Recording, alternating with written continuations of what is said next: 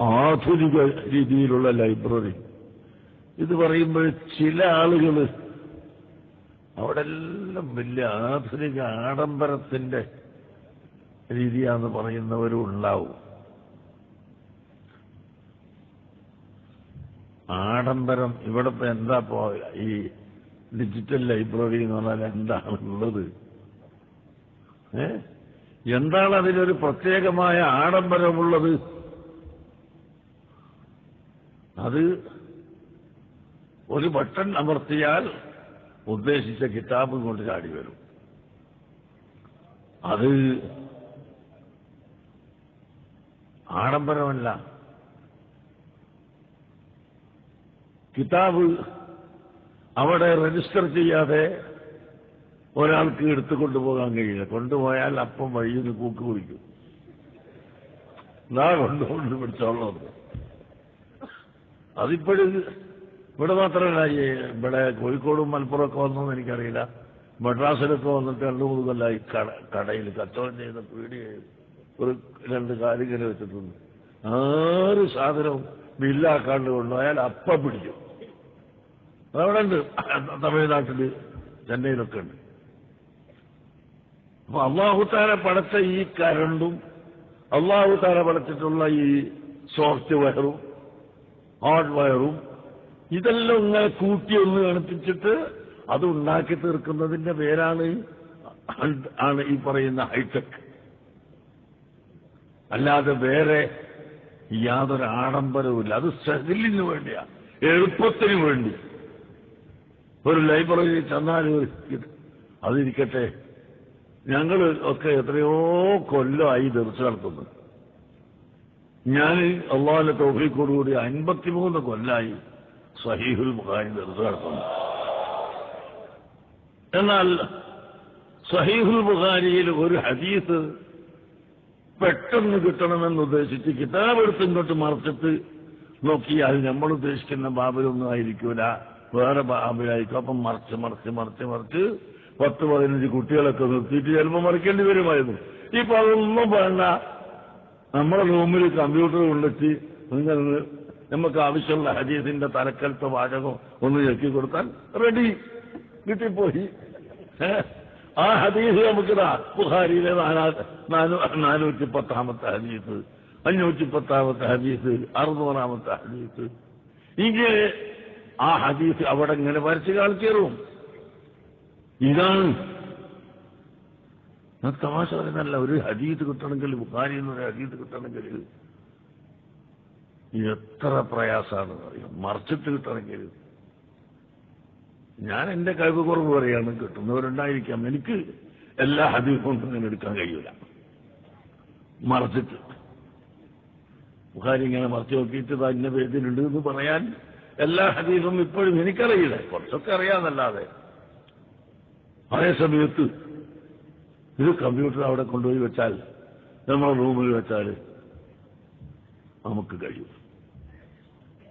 അതൊരു സൗകര്യം ആണ് ഹദീസ് മറിച്ചെടുക്കാൻ എന്ന്. ബുഖാരിക്കത് മാത്രമല്ല, ലോകത്ത് ഏതെല്ലാം കിതാബുകൾ ഉണ്ടോ അത് നടക്കും. ഇപ്പോ വഴി കാണിച്ചു കൊടുക്കേണ്ട ആവശ്യമില്ല. നമ്മളിവിടെ ഒക്കെ ടെലിഫോണിൽ വന്ന് വഴി ഇതാ ഇന്ന സ്ഥലത്ത് എന്ന് പറഞ്ഞാൽ ചേർത്ത്. പക്ഷേ ലണ്ടൻ, അമേരിക്ക പോലത്തെ വീടിന്റെ നമ്പർ അടക്കം വന്നിട്ടുണ്ട്. ലണ്ടനിൽ കാറിൽ കയറി കുത്തിരുന്ന് വലിയ വീടിന്റെ നമ്പർ ഞെക്കിക്കൊടുത്താൽ മതി, കാറിനെ അങ്ങനെ കൊണ്ടുപോകും അങ്ങോട്ട്. വേറെ എവിടേക്കും പോകില്ല പിന്നെ കാറ്. അത് മനുഷ്യന് സഹലാണ്. ആ നിലക്ക് എല്ലാം എളുപ്പമാക്കി ആധുനീകരിക്കുക എന്നല്ലാതെ ഇവിടെ യാതൊരു ആഡംബരവും ഇല്ല കേട്ടോ. അത് ഞാൻ പ്രത്യേകം നിങ്ങളെ ഓർമ്മപ്പെടുത്തുകയാണ്. ചില മുഅ്മിനീങ്ങളെ ഈമാൻ പ്രേമിക്കാൻ വേണ്ടി ഏതെങ്കിലും ശത്രുക്കൾ വന്നിട്ട് വല്ലാത്ത ആഡംബര ജീവിതമാണ്. ആഡംബര ജീവിതം എന്ന് പറഞ്ഞാൽ എന്താണെന്ന് ഇവരെ കണക്ക് പ്രകാരം 30 സ്പീഡിൽ മാത്രം ഓടുന്ന കാറിൽ ഓടണമെന്നാ. എന്നിട്ട് കടകട എത്ര കിലോമീറ്ററാണ് ഞങ്ങൾ ഓടലൊരു ദിവസം അല്ലാഹു തആലക്കല്ലാതെ അറിയില്ല. ഓടിയിട്ട് എത്ര ഓടിയാലും എത്തൂല. എത്ര ഓടിയാലും എത്താത്ത അത്രയും പരിപാടികൾ 1, 2, 3, 4 എന്ന് പറഞ്ഞിട്ട് ഇങ്ങനെ മെനയാതെ രാത്രി കൂടി ഞാൻ കാസർഗോഡ് ജില്ലയിലും കണ്ണൂർ ജില്ലയിലും 2 ദിവസം 6, 7, 8 പരിപാടിയാണ്. ഈ പരിപാടിക്കൊക്കെ ഓടിയെത്തണ്ടേ? അപ്പൊ അതിലൊരു കുറച്ച് സ്പീഡ് കിട്ടുന്ന കാറായിപ്പോയാൽ അത് ആഡംബരം. ഞാൻ തന്നെ പറയാനാ, പിന്നെ ആരും പറയില്ല.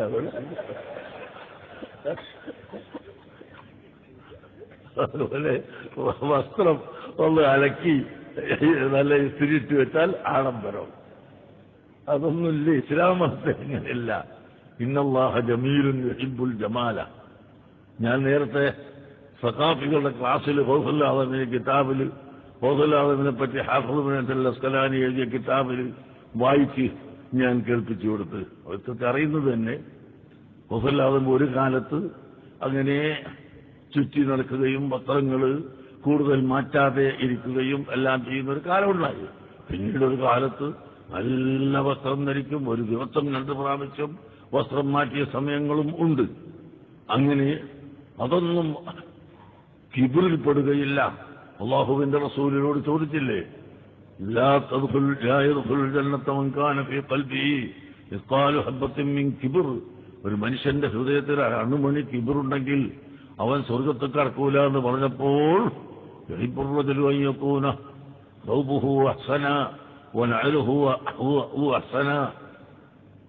അല്ലാഹുവിന്റെ ഹബീബെ, ഒരാള് അവന്റെ വസ്ത്രം നല്ല അജ്മലാവലിനെ ഇഷ്ടപ്പെടുന്നു, നല്ല ഭംഗിയുള്ള വസ്ത്രം, നല്ല ഉറപ്പുള്ള ഭംഗിയുള്ള ചെരുപ്പ് ധരിക്കുന്നു, അങ്ങനെ ഇത് കിബിറിൽ പെടുമോ എന്ന് ചോദിച്ചപ്പോൾ ഇല്ല, അത് കിബിറിൽ പെടില്ല. ഇന്നല്ലാഹ ജമീലുൻ യുഹിബ്ബുൽ ജമാല. അല്ലാഹു തആല അഴകുള്ളവനാണ്, അല്ലാഹു അഴകരെ ഇഷ്ടപ്പെടും എന്നാണ് നബി സല്ലല്ലാഹു അലൈഹി വസല്ലമ തങ്ങൾ പറഞ്ഞത്. നബി സല്ലല്ലാഹു അലൈഹി വസല്ലമ തങ്ങളെ കാണാൻ വഫ്ദ് അബ്ദുൽ ഖൈസ് എന്ന് പറയുന്ന ഒരു സമൂഹം വന്നിട്ട് വന്നപാട് ഓടിച്ചെന്നിട്ട് റസൂലുള്ളാഹിനെ കാണാനുള്ള ആഗ്രഹം കൊണ്ട് എല്ലാവരും ഓടിച്ചെന്ന് ഈങ്ങിച്ചെടിച്ച് കിടക്കുന്ന അവരെ യാത്രയുടെ അടയാളമുള്ള വസ്ത്രത്തോടുകൂടി ഓടിച്ചെന്നു. അവരെല്ലാവരും കണ്ടു. ഒരു സഹാബി അങ്ങനെ ഓടിപ്പോയില്ല. അദ്ദേഹം പോയി വസ്ത്രം മാറ്റി കുളിച്ച് പുതിയ വസ്ത്രം ഉടുത്തിട്ട് റസൂലുള്ളാഹിന്റെ അടുക്കലേക്ക് ചെന്നപ്പോൾ അവിടുന്ന് പറഞ്ഞു, ഇന്നക ദൂ ഹിൽമിൻ വ അനാഅ.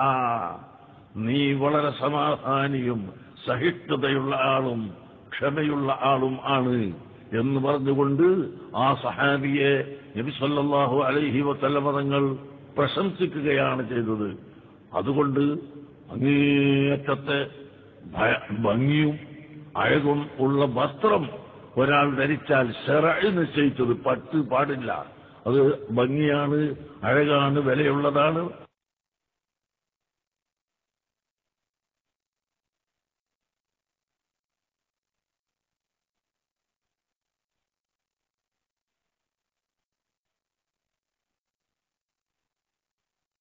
കണക്കാക്കിയത് ഹോട്ടലിന്റെ പിന്നിലൊക്കെ പോയിട്ട് ആളുകൾ ഭക്ഷണം കഴിച്ച് എറിഞ്ഞുകളയുന്ന ഇലയിൽ നിന്ന് ചിലപ്പോൾ പൊറുക്കി ഭക്ഷിക്കാറുണ്ട്. ഹറാമായതല്ല ഹലാലായത് ഭക്ഷിക്കാറുണ്ട്. അദ്ദേഹത്തെയും ഒരു യാചകനായി കണക്കാക്കി ഒരു റൂമിൽ കൊണ്ടുവന്ന് അടച്ചു. ആ റൂമിലും നല്ല സുന്ദരിയായ പെണ്ണ് ഉണ്ട്, കള്ളുകൊണ്ട് എല്ലാ സൗകര്യങ്ങളുമുണ്ട്. പ്രിയപ്പെട്ട സഹോദരങ്ങളെ, അങ്ങനെ പിറ്റേ ദിവസം റൂം രാവിലെ തുറന്നു നോക്കുമ്പോൾ അധിക പേരും ആ റൂമിൽ താമസിക്കുന്ന യാചകന്മാർ കള്ളു കുടിച്ചവരുണ്ട്, വ്യഭിചരിച്ചവരുണ്ട്, എല്ലാമുണ്ട്. ബഹുമാനപ്പെട്ട ഗുണം കൂടി മസ്താനെ അദ്ദേഹത്തിന്റെ റൂമിന്റെ ഉള്ളിൽ കാണാനില്ല. റൂമിന്റെ ഉള്ളിൽ കാണാൻ തന്നെയില്ല. അങ്ങനെ ജയിൽ വാർഡന്മാര് പേടിച്ച് വിറച്ചു തുടങ്ങി. കാരണം ഇത്രയും വലിയ ബന്ധോടുകൂടി ഒന്നല്ല രണ്ടല്ല മൂന്നാമത്തെ അറന്റെ ഉള്ളിലിട്ട് അടച്ചിട്ടുള്ള വ്യക്തിയെ കാണുന്നില്ല. അതുകൊണ്ട് ഞങ്ങളെ ജോലി നഷ്ടപ്പെടുമെന്ന് ജയിൽ വാർഡന്മാർ മുഴുവൻ പേടിച്ച് ഇങ്ങനെ നിൽക്കുന്നു, ചർച്ച ചെയ്യുന്നു. രാജാവും പ്രജകളും കൂടി ചർച്ച ചെയ്യുമ്പോഴാണ് ബഹുമാനപ്പെട്ട ഗുണം കൂടി മസ്താൻ കയ്യിന്റെ അടിയിൽ ഒരു ചെറിയ രോമം വളച്ചു വെച്ചുകൊണ്ട് ഓടിങ്ങനെ വരുന്നു. നിങ്ങളുടെ രാജാവേ, നിങ്ങളുടെ ഈ ആനന്ദങ്ങളും നിങ്ങളുടെ വീടും നിങ്ങളുടെ പെണ്ണും സൗകര്യവും എന്റെ കയ്യിലുള്ള ഈ രോമത്തിനോട് തുല്യമായി ഞാൻ കാണുന്നില്ല എന്ന് പറഞ്ഞുകൊണ്ട് അദ്ദേഹത്തെ ധൈര്യത്തോടുകൂടി പറഞ്ഞുകൊണ്ട് ഇങ്ങോട്ട് കടന്നു വന്നപ്പോൾ രാജാവ് പേടിച്ചുപോയി. നിങ്ങൾ ആരാണ്, നിങ്ങൾ എവിടെയാണ്, എന്താണ് സ്ഥിതി എന്ന് ചോദിച്ച്, ഞാൻ ആരോ ആവട്ടെ, അതൊന്നും പറയണ്ട, നിനക്കെന്താണ് ആവശ്യം? അങ്ങനെ ചുരുക്കി പറയട്ടെ, സംസാരിച്ച് നിങ്ങൾ എങ്ങനെ ഈ റൂമിന്റെ ഉള്ളിൽ നിന്ന്, അടച്ചിട്ട റൂമിന്റെ ഉള്ളിൽ നിന്ന് പുറത്തുപോയത് എന്ന് പറഞ്ഞു തരണം എന്ന് ആവശ്യപ്പെട്ട സമയത്ത് ബഹുമാനപ്പെട്ടവർ പറഞ്ഞു, നിങ്ങൾക്കത് പറഞ്ഞാൽ മനസ്സിലാവില്ല, അല്ല പറയണമെന്ന് പറഞ്ഞു. അവസാനം പറഞ്ഞു, നിങ്ങൾക്ക് മനസ്സിലാകണമോ, നിങ്ങൾ ഇസ്ലാം മതം സ്വീകരിക്കണം, മുസ്ലിമിനല്ലാതെ ഇത് പറഞ്ഞാൽ മനസ്സിലാവുകയില്ല. ചുരുക്കത്തിൽ പറയട്ടെ, ആ രാജാവ് കലിമത്തു തൗഹീദ്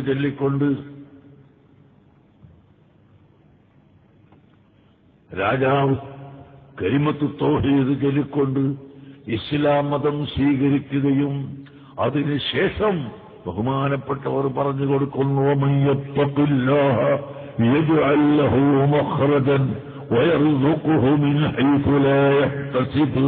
കണ്ടോ, വമയ്യത്തഖില്ലാഹ, അല്ലാഹുവിനെ ആരെങ്കിലും തഖ്വ ചെയ്താൽ യജ്അൽ ലഹു മഖ്റജാ, അവർക്ക് എല്ലാ പാറക്കെട്ടിന്റെ ഉള്ളിൽ നിന്നും, ജയിലിന്റെ ഉള്ളിൽ നിന്നും, ഏത് പ്രതിസന്ധിയിൽ നിന്നും രക്ഷപ്പെടാനുള്ള മാർഗം അല്ലാഹു ഉണ്ടാക്കിക്കൊടുക്കും.